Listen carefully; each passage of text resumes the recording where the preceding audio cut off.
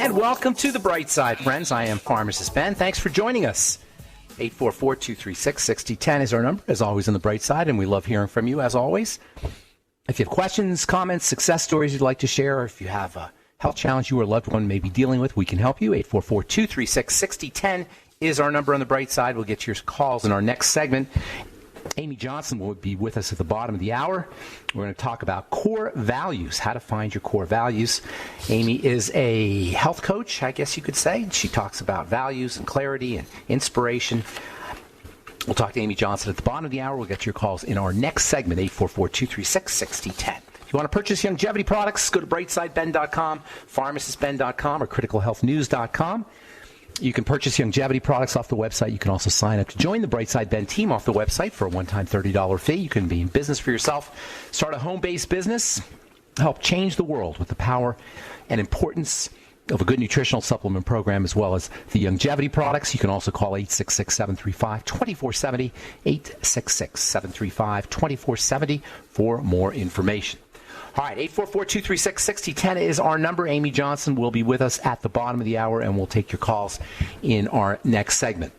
We left off yesterday talking about lipopolysaccharides, LPS, lipopolysaccharides, these sugar fat molecules that are found on the tops of bacteria, on the membranes of bacteria.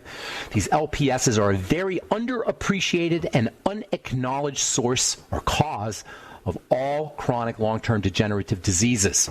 These components of bacteria are known as LPSs, are also known as endotoxins, as in toxins inside the body, and they are responsible for all manner of immune and autoimmune reactions. This is the gut connection to autoimmunity. If you're thinking, oh, well, it's just kind of airy-fairy, everything's the digestive system, this is the hardcore mechanism behind the inflammatory process, behind inflammatory diseases, behind chronic diseases, behind immune diseases, in fact, behind the aging process itself and the digestive system. Lipopolysaccharides, LPSs. Yesterday we talked about multiple sclerosis, which is almost like a poster child for autoimmune diseases, a horrible autoimmune disease that affects about 1 million people in this country, 1 million adults in this country. Basically, it's an adult disease.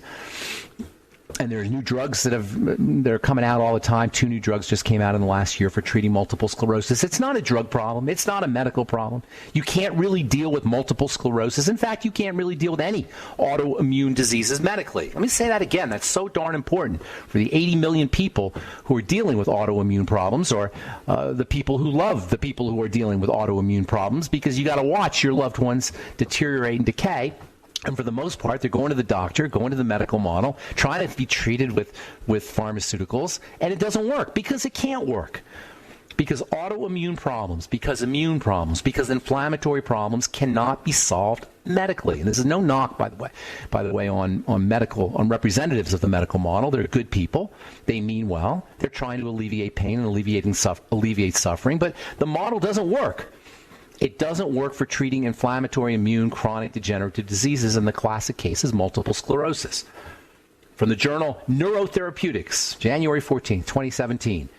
Headline: Lipopolysaccharide binding protein and oxidative stress in multiple sclerosis. Quote, recent findings suggest that altering certain bacterial populations present in the gut may lead to a pro-inflammatory condition that could result in the development of multiple sclerosis, unquote. And I don't need to read this in an article, but I'm just showing you that this is recognized scientifically. Changes in the gut lead to inflammation, period, via the mechanism of LPS, lipopolysaccharides. This LPS mechanism and leaky gut and subsequent immune reactions that follow in the blood as a primary cause of disease is unacknowledged, it's unappreciated, and we are suffering misery because of it. We know that autoimmune symptoms can be induced when LPS is injected directly into the blood. They'll do experiments. They'll take lipopolysaccharides, endotoxins, they'll stick them into the bloodstream of animals, and they'll find autoimmune symptoms. This connection between the bacterial components, these LPSs, and autoimmune diseases is the key to reversing pretty much all autoimmune symptoms. Addressing the gut, addressing the LPS, addressing leaky gut is the key to addressing autoimmunity, and it's not a medical issue. It is not a medical issue. From a 2005 paper in the Journal of Immunology, quote, epidemiological, clinical, and experimental evidence identifies autoimmunity as a sequel of infection. That is, the blood becomes infected with endotoxins. Exacerbation of multiple sclerosis is 2 to 3 times more likely to occur during or shortly after common respiratory, GI, or urological infections.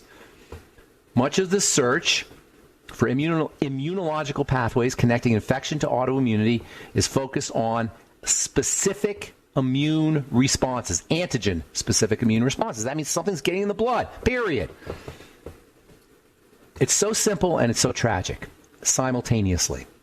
Then there's an important acetylcholine. We're talking about acetylcholine and the relevance of acetylcholine to movement disorders, muscular disorders. There's also an important acetylcholine leaky gut connection, leaky gut LPS connection, lipopolysaccharide. As in all nerve muscle systems, neuromuscular systems, acetylcholine is a major player. In addition to the movement of food along the intestine, it's called peristalsis. In addition to peristalsis movement, the propulsion of food through the digestive tract, acetylcholine plays a role in pushing food along. There's another role for acetylcholine in the health of the gut, and that's in the immune system. The cells of the gut nervous system, it's called the enteric nervous system. It's called the second brain. There's a really cool book called The Second Brain by a guy named Gershon Salom. And I read this book maybe 20 years ago. Super important book if you're interested in understanding how the digestive system is related to the immune system and how it's related to the nervous system. You have a brain in your gut. That's why we have gut feelings. I felt it in my gut. That's why we have gut intuitions. We learn from our digestive system. Our gut is our second brain, and it depends on, no surprise, acetylcholine. Acetylcholine is a brain chemical. It's a neurochemical.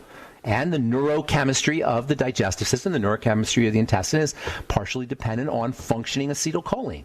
So it's no surprise. If acetylcholine is not working correctly, or you're deficient in acetylcholine, or you have any kind of acetylcholine problem, you're going to be more prone towards leaky gut. Low levels of acetylcholine will destabilize gut immunity and induce the leakage, the infiltration of these LPSs. That's where you get myasthenia gravis and Parkinson's disease and schizophrenia and dementia and autism. Yes, autism. Major gut connection via this acetylcholine inflammatory pathway. I talked to a gentleman yesterday whose poor son, 17-year-old kid, has been through the surgical ringer. And nobody ever thought, he's an autistic kid, never thought to address his gut health. We'll talk about that when we come back from our break. I'm Pharmacist Ben. You're listening to The Bright Side. We'll be back right after this.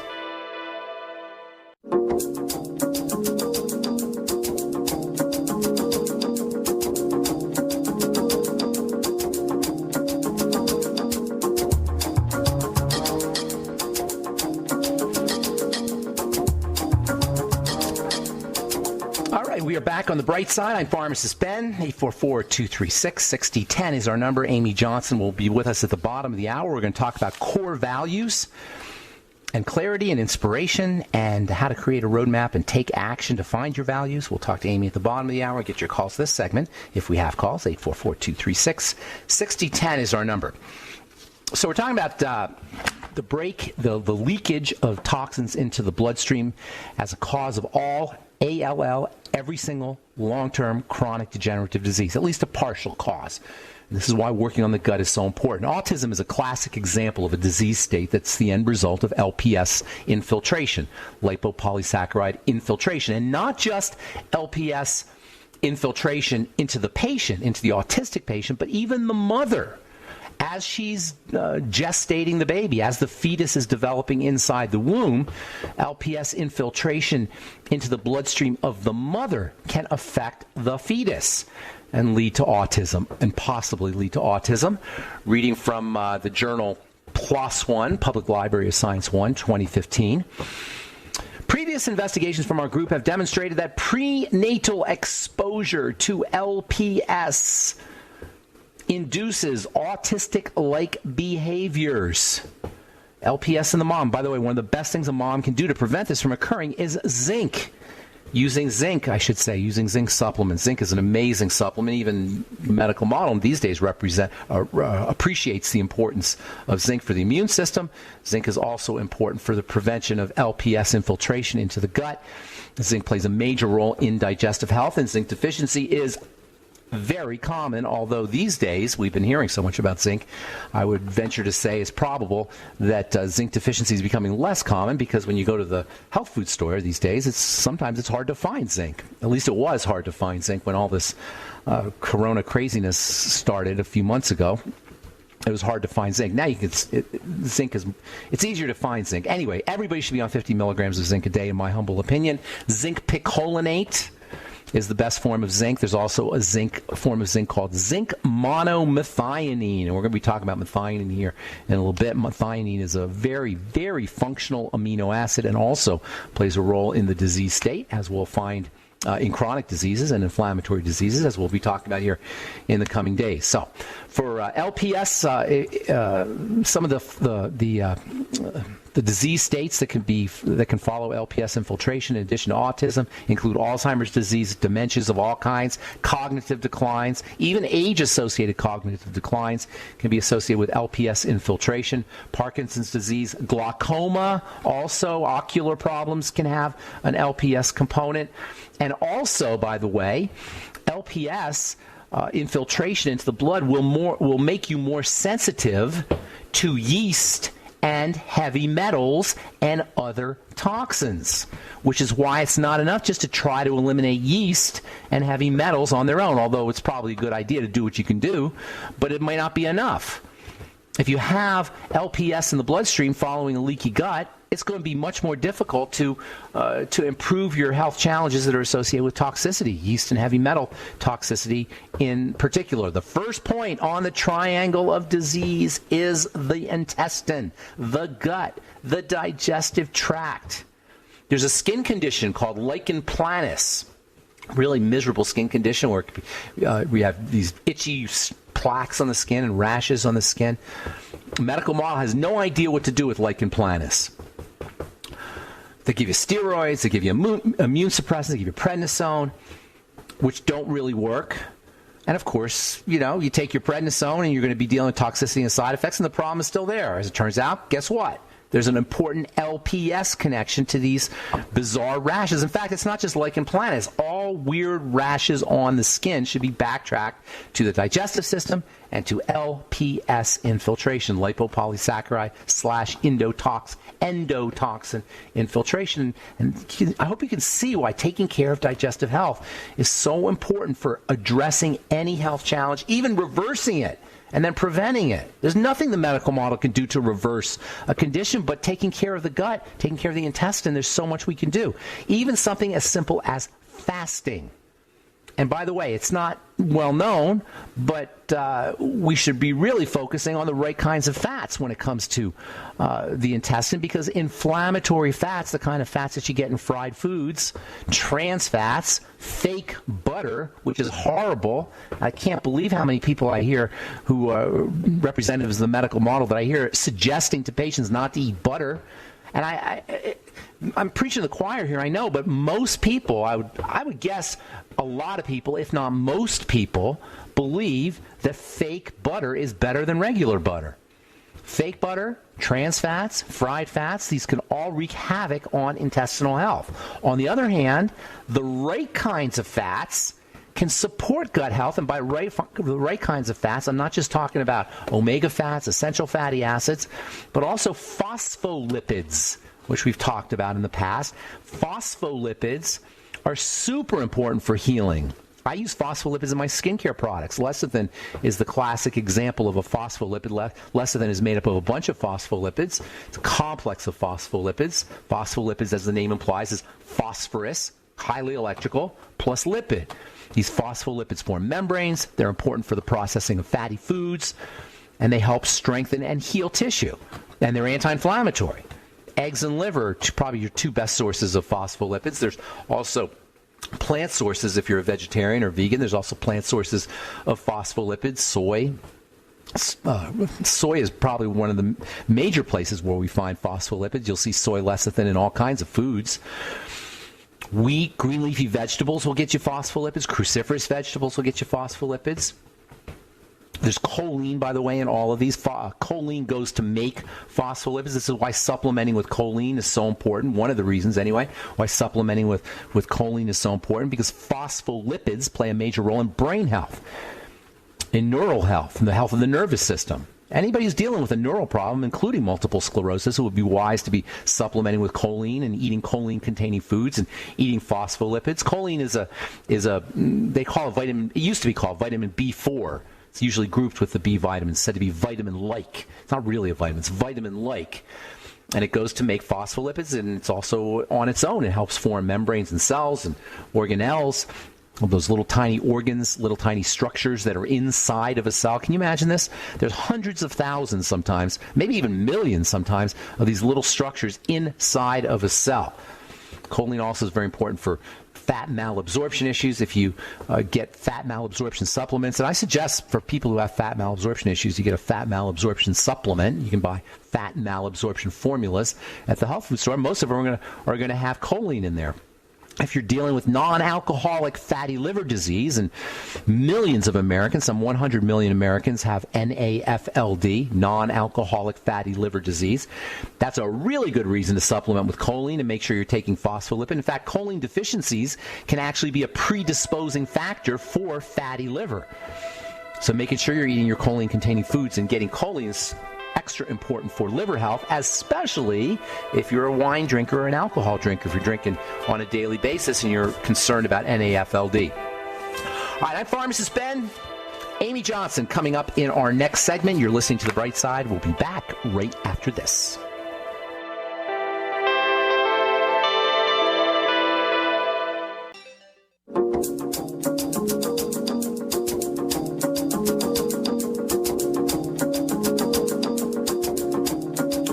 We're back on The Bright Side. I am Pharmacist Ben. Thanks for being here. We're on the air Monday through Friday, 8 to 9 Pacific and 10 to 11 Central Time, and 24/7 on the archive page at benfuchsarchives.com. Thank you to Peter in the UK for setting that one up. We also have archives at brightsideben.com, and we have all the longevity products at brightsideben.com, pharmacistben.com, and criticalhealthnews.com. All the longevity products. Join the team link that you can click on. We got news stories and blog posts and interviews and videos and lots of good health information on all our websites as well. And don't forget to take a look at our Truth Skin Health products, all formulated in my compounding pharmacy for healing wounds and dealing with skin disease states and preventing post-surgical scarring. Never any preservatives, fragrances, fillers, waxes, emulsifiers, water, silicone, vegetable oil, nothing your skin doesn't need or doesn't want in any of our Truth Treatment products. 100% active and functional. And that is why we have over 1,400 4- and 5-star reviews at truthreview.com. Truthreview.com. You can purchase our Truth Skin Health products at truthtreatments.com. We've got Christmas specials. We had a Black Friday special running last week. We now have Christmas specials running. And if you haven't tried our Truth Skin Health products, you definitely want to check them out at truthtreatments.com. Truthtreatments.com. All right, I am looking forward to speaking to our guest, Amy Johnson. Her website is amyjohnsonco.com. Amy is an integrator, and she talks about values. We're going to have a discussion with Amy Johnson about how to feed your core values. Please welcome to The Bright Side, Amy Johnson. Good morning, Amy. Hi, Ben. Good morning. Nice to talk to you. I have always been a big believer in the importance of values, and they're linked to happiness and they're linked to a successful life. Tell us a little bit about how you define values. Thank you, Ben. I'm so happy to be here and to talk about values today. So values are a simple word or short phrase that connects you to your most authentic and truest self. I see it as an inner compass that helps define who you are, where you want to go, and how to get there. Can you select your values consciously, or are they kind of given to you? Or is it both? I think it's both. I believe in a conscious process. I believe actually naming our values is a really important step to take in our lives because it gives us the clarity and the direction to bring the unconscious conscious. We every day we make micro decisions about our values and what we buy, how we eat, where we live, and how we use our time and resources. And a lot of times those are made habitually and automatically and unconsciously. So naming our values helps give us a clearer and ownership of what we do and how we use our time and resources and live our lives, really, that are more authentic to who we are and what matters to us. Do you think there are nefarious forces that instill values in people, values that don't serve the individual but maybe serve other people? I believe that without doing the individual work, we become more vulnerable to that. I believe that the idea of really getting clear, the process I see in values identification is that it's a personal process. It's really, and it is a process. It's not a one and done deal. It's not something that just is named without really thinking about it and going inward, doing the inside work to do that. So when you don't do that, I think people are more vulnerable to that. I know when I was growing up, we were certainly told what family values were. And that is not the kind of values that I'm talking about. I'm talking about something very, very different. And what that does is it prevents us from being manipulated, whether it's through marketing or being sold something or ideas that don't align with who we are, because our values, when we get clear about them, really become the guideposts and help us make better decisions for ourselves and the world around us, what the world we're living in. Do you think people naturally resist being implanted with values so that they have to be they have to sneak in, or they have to be sneaked in by marketers or by politicians or by governments or by religions? I believe that people are moving so fast, they don't really think about it, so they're more vulnerable to it. So the more we take the time to identify it for ourselves and have sovereignty in our own ideas and thoughts and what we believe, the less vulnerable we are to that. So it's one of those things that once we define it for ourselves, then it gets much clearer, and we don't have to be we're not as sold as quickly, because we take the time to really know why we're making that decision. And it's about being out of alignment with ourselves. I know that if you pause long enough to go, oh, that doesn't feel right to me, that's an opportunity to say maybe I'm not connected to who I am, what I care about, and my own values. And that can show up at any different time, Do you think there's a hierarchy of values? Like some values are more fundamental or more important than other values? I believe in having that. I name 5 to 7 values, and there are different times each of those values is higher than another, but I don't, besides kind of this idea of love being a primary or oneness being a primary value, I don't really put a hierarchy on values, because I find in different times values can conflict. And so it's about really making the conscious decision about which value is really important. So that could be, I have a value of connection. That could be more important than another value in that moment. But it's the idea of making the decision, not doing it automatically or habitually. So did I hear you say except for love and oneness? So does that mean that is a fundamental value? I would say, I don't list those as my values, as my 5 to 7 values, but I do believe in an idea of love as a person. That's just something that I believe in. But my values that I operate on are 5. I have different values that I state and name. I do believe that. Yeah. You mean you personally have 5? Or are you saying that you've figured out that there are 5 values everybody has? No, I do not say what other people's values are. This is a personal decision that people make. So I personally have defined 7 values that I use as my inner compass. And someone else will have another 5 to 7 values. I don't say that these are my values and these are the values. People come to me for a process to discover their own values. I have no authority on values. Okay, so I definitely want to, if you don't mind sharing what those are, I definitely want to know what those are. But before I get into that, how important is it to write down or to actually express your values? I believe it's really important, and which is what I do through this process. I have a program where we walk a group through discovering your core values, and each person leaves with their own 5 to 7 values in a process. And I think it's really important to name them and really try them on. So part of that program has us posting them on a wall or somewhere you can see them every day and really see if they fit. because it's about you. And if it works for you, does it resonate for you in your life? So that's how and then taking time to define each one, because it's very personal for each individual. After people define these values, do they sometimes say, wait a minute, this is why I'm not happy, because I'm not living according to my values, or I'm living according to somebody else's values? Yes, exactly. And I also find there's such opportunity and newness in values, new opportunity, new ways to see things. Okay, we got to take a break. Amy. Both ways. When we come back, I want to hear about if you don't mind, I want to hear about your personal values. Absolutely. Give us an example. And then I want to talk about integration, what exactly that means. We got Amy Johnson. You're listening to The Bright Side. More with Amy right after this. Don't go away.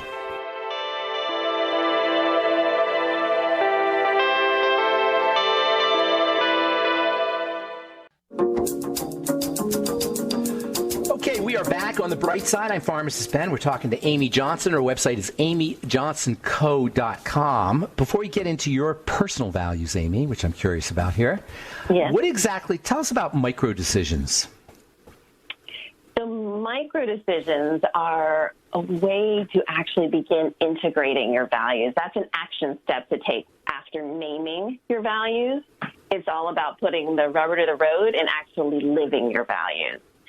And so there are two primary steps to that. One is making a plan to do that, how to make the aspirational idea of a value actually active in one's life. And then I believe the next step is actually taking the action. And a lot of times people think they need to do a big, sweeping action to do that. I believe in micro steps, taking small, consistent actions over time. And that a 1% degree changing in a course can put you in a new direction. So you don't need a huge change. It's lots of small changes that actually will make the biggest difference. I believe in being more in alignment with your values, living that way. So just taking a simple example, what to have for lunch. How would values be integrated into that? Into going out to lunch? Yeah, just what you're going to eat for lunch or breakfast. Lunch, right. Yeah. So it can be anything from choosing what restaurant you're going to go to. Are you going to go to a restaurant that is potentially minority owned? Are you going to go to a big chain? Are you going to go to a small business? Wow. What do you want to support in where you eat, and what food do they serve? Are they serving local food? Is it organic? Is it vegetarian? Is it vegan? Some of those are decisions outside, but it's really getting clear for you why you're going there. Or are you going somewhere to meet a friend? So the idea of being able to see someone you haven't seen in a long time and picking somewhere between the two of you that makes sense for both of you to be able to do that because you haven't seen each other in a long time. So pretty much everything you do has an impact. Everything you do is going to involve values. Every decision you make. Absolutely. And that's why having the clarity of it just makes things simpler, because you know why you're making that choice. It gets out of people pleasing. It gets you out of being able to make decisions because you're being sold that this is the better way, because you'll be able to know the difference within yourself. And so once you get used to using your values as that inner compass to make those decisions, it becomes much more clearer why you're doing it. And then it's just not so habitual. It's just clear. Do you think values change? Are they situational, or are they hardwired? I don't believe they're necessarily hardwired. I do believe, as I've heard people doing this work, they believe they get reconnected to their values from being children and get back to a place when there was more innocence in them, and they feel like they've had their values their whole life. I do believe they morph over time and certain values become more important, but I think our essential values, it's really about you and getting back to your individual, authentic, truest self. So as you do that work, your values become an expression of that.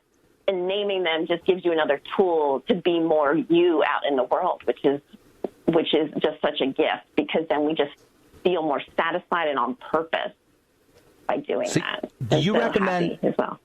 You recommend elucidating, articulating, somehow expressing 5 to 7 values, correct? Yes, I do. So that they're not hidden. They're not, because they're always there, but they're just you don't notice them. Right. You're making, like we were just saying about lunch, you're making decisions-based values. You're making values-based decisions all day long. It's just when you name them, you are actually bringing consciousness to those decisions, and being able to make better decisions for yourself, your family, your community. You're not kind of going, oh, wait, how did I end up here? Wait a second. You take the pause, that moment to really get clear. And it also offers, like I was trying to say this earlier, offers new opportunities for new business and new ideas and new conversations. So it's also like it aggregates and makes things even more expansive, too. It seems like in a relationship, eliciting somebody's values would help you get along with them better, if you were looking for that. Yeah, like-minded people. It certainly helps. In my work, we look for partnerships with like-minded companies because then your goals are the same. And when you don't share values, then it doesn't usually work. So the partnership has different goals, and so the partnership becomes more difficult. And I would say that's the same in personal relationships. Now, every value doesn't have to be the same, but if they're at conflict, then you have to find the other ones. That's why there are 5 to 7, because then there are other ones that are enough to hold the foundation of the relationship. And so that's where the conversations can get deeper, too. How do you get somebody to tell you their values if they don't know their values? Are there ways? You can't just say, what are your values? Because they may not know. Correct. So I believe in going through the process of actually naming it, which is why I offer this workshop, this program to discover your core values, because I believe in actually conversations about values are very general. The more we get specific about them, the more enhanced and engaged the conversation can be, and the more individuals can be out there in the world and be more authentic. And then you're not hiding yourself or what you care about. And it's also not about making someone else wrong or right. There's no perfection in this. It's not about like you're wrong and I'm right, my value is better than yours. It's just the clarity. That's why this process isn't about someone sitting up there going, this is the value you have to have. It's not that at all. It's quite the opposite of that. It's just being clear. Were you surprised when you found out your values, or did you always know what they were? I was not surprised, but I have fun with them all the time, and I use them in funny ways, in different ways, all day long. So they were kind of always there. Okay, They are connection. So for me, that means connection, everything from connection to my daughters to connection to my body and doing yoga and things like that, and connection to others. Gratitude and grace. So I believe in living through gratitude and grace. Creativity, thinking out of the box. Being creative in my life and how I make creative solutions for problems. Collaboration, I really believe in working together for a common goal. Flourish is one of my values, about opening up and blossoming and really living fully in that. Sustainability, about caring for the earth and its inhabitants, its animals, and how to leave the world a better place for future generations. Integrity, doing what you say you're going to do, and living in alignment with values. And let's see, I think I got them all. I have 7. Yeah. So integrity, sustainability, flourish, connection, gratitude, grace, creativity, and collaboration. So for people listening, give them a tip to how they can elicit their values. So the first step is really to get clear and ask yourself what matters to you, what do you care about, and really make that list a long one, and then start consolidating the things that are similar and get to the essence of those. It's a process, so it really takes a little bit of time, and that's why I enjoy walking people through it, or teams or businesses even, but getting really clear about what matters and actually putting it down on paper and then grouping those things that are similar together, because that's where it begins. And then you whittle it down, and then you take them for a test drive and see, put them on the wall and see which ones resonate. So I was deciding between thrive and flourish felt more right to me because it had this idea of this natural element that I really wanted to bring in, a feminine element. So those were the two. I was picking between those two words, and flourish is the one that just felt better to me. That's why it's not right or wrong.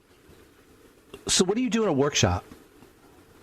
We walk through the process. There are 6 steps to naming your core values. It's a 2-part workshop. So we're actually starting one at no charge this Sunday, and we work through the first 3 steps in the first one, which is, get clarity and get inspired, and then we post them. And then the second week is about integration, and that's when we start really making the aspirational active and start talking about how to really live your values. And then every month I go and talk about how to live values, like how do you live your values through the holidays, things like that. And how do people sign up for the workshop? Is it just off amyjohnsonco.com? Yes, on Facebook. You can email me through my website, and then it's on Eventbrite too, so they could search for Discover Your Core Values on Eventbrite. And your Facebook page is Amy Johnson? And there's probably a lot of Amy Johnsons. Company, yeah. Amy Johnson Company. Amy Johnson Company. That's awesome. Well, I personally value sharing information and helping other people get better. And thank you so much for being a guest on The Bright Side. Thank you so much, Ben. It was great to talk with you this morning. I appreciate you. Yes, we'll talk again soon. Thank you, Amy. Have a beautiful day. Thank you so much. You too. Take care. AmyJohnsonCo.com. Her Facebook page is Amy Johnson Company, and she's got a workshop coming up this Sunday. Thanks for listening to The Bright Side, friends. I am Pharmacist Ben. Have a wonderful, beautiful, awesome, spectacular day. We'll talk to you later, folks. Bye for now.